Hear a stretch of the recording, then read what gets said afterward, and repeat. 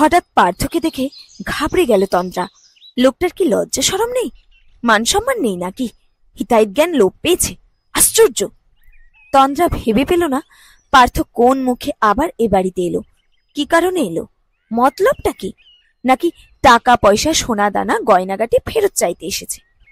প্রায় 6 মাস হয়েছে তাদের ডিভোর্সি বউয়ের সঙ্গে আইনি বিষয় নইলে টাকা পয়সা, এর বাইরে আর কি দরকার থাকতে পারে? এটা ফোনে বললেই তো হতো। বেহায়ার মতো আসার কি দরকার ছিল? একেবারে নির্লজ্জ, দোকান কাটা। আচমকা বাড়ির ওপরে পার্থকে দেখে দৌড়ে ঘরে ঢুকে গেল তন্দ্রা। সামনে এলো না, কথাও পর্যন্ত বলল না। এভাবে তড়িঘড়ি হন্তদন্ত হয়ে তন্দ্রাকে ঘরে ঢুকতে দেখে তন্দ্রার বৌদি মৌসুমী অবাক হলেন। তিনি এক বাটি বেবি ফুড কোলের বাচ্চাটাকে জোর করে খাওয়াচ্ছিলেন। বাচ্চাটি অত্যাধিক চিৎকার করছিল বলে তিনি বিরক্ত হয়ে ছেলের স্বাস্থ্যহানির অতিরিক্ত আশঙ্কায় ঘেমে উঠেছিলেন। তন্দ্রার আগমনে বিরক্ত হয়ে বলেন, মোবাইলটা আনতো তন্দ্রা, কার্টুন চালা, বদমাইশটা খাচ্ছেই না। ইদানিং বৌদির সঙ্গে তন্দ্রার ভাব ভালোবাসা অনেকটাই কমে গেছে। বিয়ের আগে যতটা ছিল ততটা নেই, বিশেষ করে যেদিন তন্দ্রা এই বাড়িতে ফিরে এসেছিল সেদিন থেকে। মৌসুমী মাঝে মাঝে এমন একটা ভাব করে যেন তন্দ্রা তার থেকে টাকা ধার চাইতে এসেছে। মুখটা সর্বদা ঘোর অমাবস্যা রাতের মতো করে রাখে। তন্দ্রা মোবাইলটা আনলো না, জানেও না কোথায় আছে। সে শুধু হাঁপাতে হাঁপাতে বলল, বৌদি, পার্থ এসেছে, গিয়ে ঝাঁটাপেটা করো তো।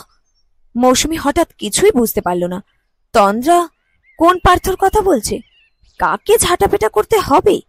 ফলে সে তন্দ্রার মুখের দিকে বড় একটা হা করে বিস্ময়ে তাকিয়ে রইল। তন্দ্রা হড়বড় করে আবার বলল, বাইরে যাও না, গিয়ে দেখো, জিজ্ঞেস করো কি মতলবে এসেছে। আর শোনো, একদম পাত্তা দেবে না। মৌসুমী অতিরিক্ত আগ্রহে ছেলের খাওয়া লাঠি তুলে তড়িৎ জানলা দিয়ে উকি মেরে দেখল তন্দ্রার প্রাক্তন বর পার্থ বোকার মতন উঠোনে দাঁড়িয়ে দাঁড়িয়ে আকাশ দেখছে। মাঝে মাঝে মাথার সুন্দর চুলগুলো নিজে নিজেই এলোমেলো করছে। জিন্সের পকেটে হাত ঢুকিয়ে তৎক্ষণাৎ আবার বের করে নিচ্ছে। মুখটা বেশ শুকনো, লজ্জা লজ্জা একটা আভা মাখানো চোখে মুখে। মৌসুমী পার্থকে দেখে মারাত্মক অবাক হয়েছে। সত্যি সত্যি লোকটা আবার কি কারণে এসেছে? তন্দ্রার বয়ান অনুযায়ী পার্থ মারাত্মক বদ, রকচটা, উশৃঙ্খল, নেশাখোর, বউ পেটাতে উস্তাদ। পার্থকে দেখে মৌসুমী খানিকটা ভয় পেল। মদ খেয়ে আসেনি তো? যদি মাতলামি করে, মারপিট বাঁধিয়ে বসে। মৌসুমী ভয়ে জানলা থেকে সরে এসে জড়সড় হয়ে তন্দ্রাকে বলল, কি কাণ্ড পার্থ! হ্যাঁ রে, মদ খেয়ে আসেনি তো রে? হাঙ্গামা করলে কেলেঙ্কারি হয়ে যাবে। মাতাল মানুষ, বাবাকে ডাক। বৌদির কথায় তন্দ্রা অবাক হয়ে বলল, মাতাল? তোমাকে কে বলল? জীবনে মদ ছুঁয়ে দেখেছে? সিগারেট পর্যন্ত খায় না। মৌসুমী অবাক হয়ে ননদের দিকে তাকিয়ে রইল খানিকক্ষণ। শেষে চোখ কপালে তুলে বলল, বলিস কি? তুই তো বলেছিলি মাতাল, লম্পট, চরিত্রহীন, তোকে মারি, কোর্টে তো তাই বলেছিলি। ঠিক এ সময় সুপ্রকাশ বাবু চিৎকার করতে করতে বাইরে এলেন। পিছন পিছন এলেন তার স্ত্রী শিপ্রা দেবী। কাঁপতে কাঁপতে প্রাক্তন জামাইয়ের সামনে গিয়ে দাঁড়ালেন দুজন। শিপ্রা দেবী পার্থকে অনেকক্ষণ গালমন্দ করে অনেক অভিযোগ করে শেষে বাড়ি থেকে বেরিয়ে যেতে বললেন।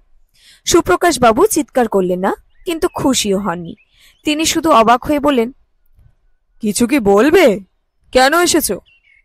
শাশুড়ির চিৎকার, শ্বশুরের উপস্থিতিতে অনেকটা সাহস পেয়েছে মৌসুমী। সেও এসে দাঁড়িয়েছে পাশে। পার্থ সকলের অভিযোগ অপমান দাঁড়িয়ে দাঁড়িয়ে হজম করল। অনেকক্ষণ বাড়ির এদিক ওদিক দেখল। শেষে শাশুড়িকে উদ্দেশ্য করে বলল, সন্তানের কথা সকলে বিশ্বাস করে, এতে আপনাদের কোনো দোষ নেই। আপনারা আবেগে ভালোবাসায় মেয়ের কথা বিশ্বাস করেছেন, যাচাই করেননি। এবার সুপ্রকাশ বাবু খানিকটা চটে উঠলেন। মুখ ঝামটা দিয়ে বলেন, ডিভোর্সের 6 মাস পরে এই কথা বলতে এসেছো? কোর্টে বলনি কেন? আপনাদের বলেছিলাম, বিশ্বাস করেছিলেন। তন্দ্রাকে ডেকে নিরিবিলিতে একবার শুনেছিলেন কি? তা এখন কি বলতে এসেছো? না, কিছুই বলতে আসেনি। এ সময়ে মৌসুমী ফোঁস করে উঠল, কিছুই যখন বলতে আসনি তবে এলে কেন? এভাবে কেউ কারো বাড়ি আসে না।